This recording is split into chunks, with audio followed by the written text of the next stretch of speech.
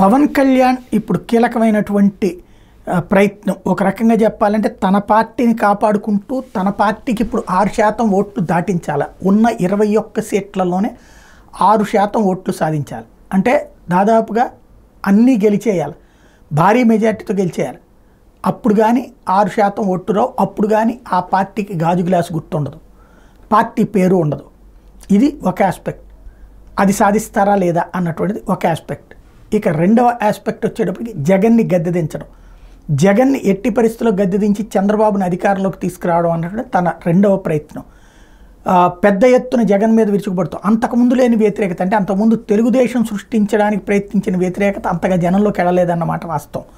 Pawan Kalyan aggressiveness మొదట్లో ఎక్కలేదు, కానీ క్రమంగా కాపు సామాజిక వర్గం మొన్నటిదాకా వైసీపీకి అనుకూలంగా ఉన్నటువంటి కాపు సామాజిక వర్గాన్ని శత్రువుగా మార్చడంలో సక్సెస్ అయ్యారు. అట్లాగే యువతరం జగన్ పవన్ ఇద్దరి పట్ల అభిమానంగా ఉండే యువతని జగన్కి వ్యతిరేకంగా అనేక మందిని కనీసం 40 to 50% తయారు చేయడంలో సక్సెస్ అయ్యారు.